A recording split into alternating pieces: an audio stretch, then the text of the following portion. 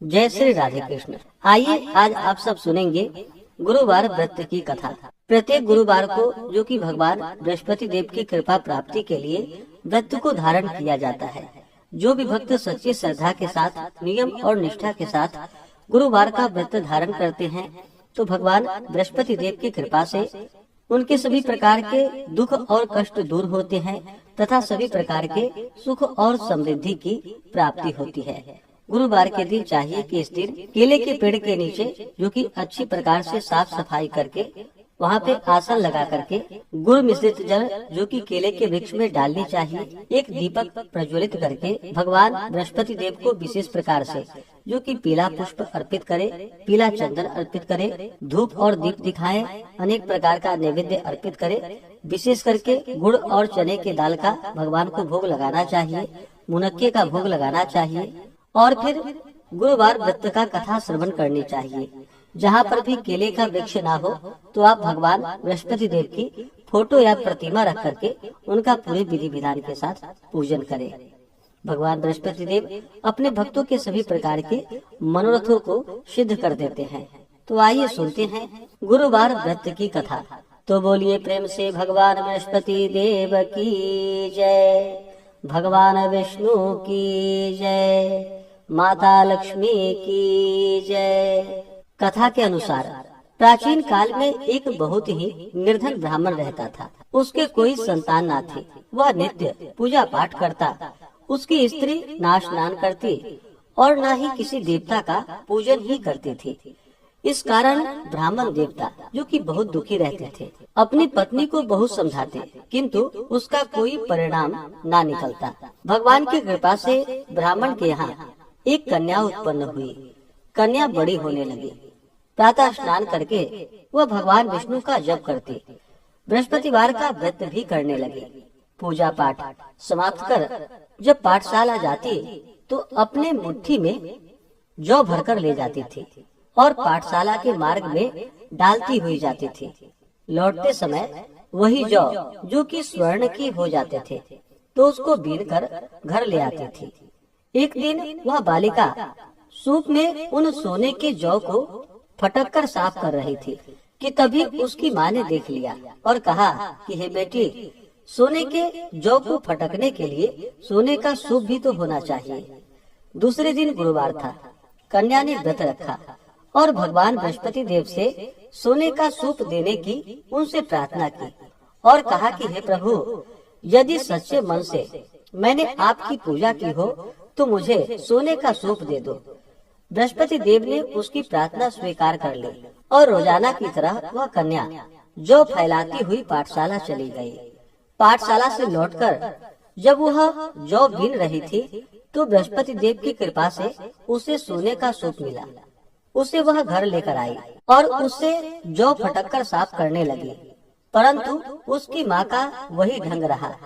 एक दिन की बात है, कन्या सोने के सूप में जब जौ को साफ कर रही थी उस समय उस नगर का राजकुमार वहाँ से निकला। कन्या के रूप और कार्य को देखकर वह उस पर मोहित हो गया। राजमहल आकर वह भोजन तथा जल त्याग कर उदास होकर लेट गया। राजा को जब राजकुमार द्वारा अन्न और जल त्यागने का समाचार प्राप्त हुआ तो अपने मंत्रियों के साथ वह अपने पुत्र के पास गया और पूछा कि हे बेटा, तुम्हें किस बात का कष्ट है? किसी ने तुम्हारा अपमान तो नहीं किया अथवा कोई और कारण है? मुझे बतलाओ, मैं वही कार्य करूँगा जिससे तुम्हें प्रसन्नता की प्राप्ति हो सके। अपने पिता की बातें सुनकर राजकुमार बोला कि हे पिताजी, मुझे किसी बात का दुख नहीं है। किसी ने मेरा अपमान भी नहीं किया है, परंतु मैं उस लड़की के साथ विवाह करना चाहता हूँ जो लड़की सोने के सूप में जौ को फटक कर साफ कर रही थी। राजकुमार ने राजा को उस लड़की के घर का पता भी बता दिया। मंत्री राजा के कहने पर उस लड़की के घर गया। मंत्री ने ब्राह्मण के समक्ष राजा की ओर से निवेदन किया और फिर कुछ ही दिनों के बाद ब्राह्मण की कन्या का विवाह राजकुमार के साथ संपन्न हो गया। और फिर क्या था, कन्या के घर से जाते ही ब्राह्मण के घर में पहले की भांति गरीबी का निवास हो गया। एक दिन दुखी होकर ब्राह्मण अपनी पुत्री से मिलने के लिए गया। बेटी ने पिता की अवस्था को देखा और अपनी माँ का हाल पूछा। ब्राह्मण ने सभी हाल कह सुनाया। कन्या ने बहुत सा धन देकर अपने पिता को वहाँ से विदा कर दिया, लेकिन कुछ ही दिनों के बाद फिर वही हाल हो गया। ब्राह्मण फिर से अपनी कन्या के यहाँ गया और सभी हाल कहा तो पुत्री बोली कि हे पिताजी, आप माताजी को यहाँ लिवा लाओ, मैं उन्हें यह विधि बता दूंगी जिससे कि गरीबी दूर हो जाए। ब्राह्मण देवता अपनी स्त्री को साथ लेकर अपनी पुत्री के पास राजमहल पहुँचे तो पुत्री अपनी माँ को समझाने लगी कि हे माँ, तुम प्रातः काल स्नान आदि करके विष्णु भगवान का पूजन करो और बृहस्पतिवार का व्रत करो तो तुम्हारी सभी दरिद्रताएं दूर हो जाएंगी। परंतु उसकी माँ ने उसकी एक भी बात नहीं मानी। वह प्रातः काल उठते ही अपनी पुत्री के बच्चों का जूठन को खा लेती थी। एक दिन उसकी पुत्री को बहुत गुस्सा आया।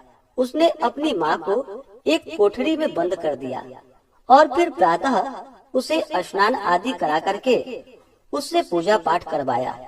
तब जाकर के उसकी माँ की बुद्धि ठीक हो गई।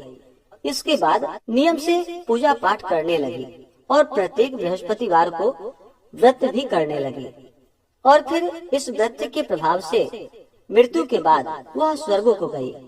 वह ब्राह्मण भी सुख पूर्वक इस लोक का सुख भोग कर अंत में स्वर्ग को प्राप्त हुआ। बृहस्पति देव सभी कामनाएं पूर्ण करते हैं। जो सद्भावना पूर्वक बृहस्पतिवार का व्रत करते हैं एवं कथा पढ़ते हैं अथवा सुनते हैं और दूसरों को भी सुनाते हैं, बृहस्पति देव उनकी सभी मनोकामनाएं पूर्ण करते हैं और उनकी सदैव रक्षा करते हैं। जो संसार में सद्भावना के साथ गुरुदेव का पूजन एवं व्रत सच्चे हृदय से धारण करते हैं, उनकी सभी कामनाएं वैसे ही पूर्ण होती हैं जैसे सच्ची भावना से राजा और रानी ने बृहस्पति देव की कथा का गुणगान किया था, तो उनकी सभी इच्छाएं बृहस्पति देव जी ने पूर्ण की। इसलिए सबको कथा सुनने के बाद प्रसाद लेकर जाना चाहिए और हृदय से उनका मनन करते हुए जयकारा बोलना चाहिए। तो बोलिए प्रेम से भगवान बृहस्पति देव की जय, भगवान विष्णु की जय, माता लक्ष्मी की जय, सर्वदेवी देवता की जय। इसी प्रकार से जो भी भक्त सच्ची श्रद्धा के साथ नियम और निष्ठा के साथ गुरुवार का व्रत धारण करते हैं, भगवान बृहस्पति देव का पूजन करते हैं, कथा श्रवण करते हैं, तो भगवान बृहस्पति देव उनकी सभी मनोकामनाएं पूर्ण करते हैं।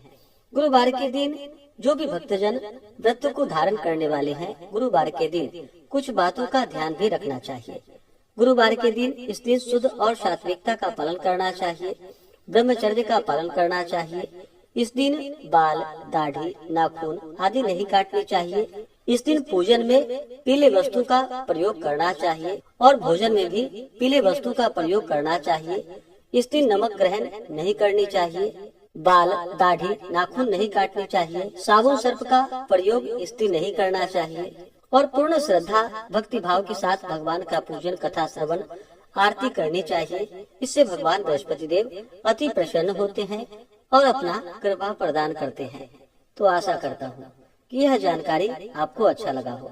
इसी प्रकार से कथा को सुनने के लिए, व्रत पूजा के बारे में जानने के लिए चैनल पे अगर आप पहली बार आए हैं तो चैनल को लाल बटन दबा करके सब्सक्राइब करें, साथ में बेल आइकन घंटी को दबाएं ताकि आने वाली वीडियो का नोटिफिकेशन आपको समय से मिलता रहे।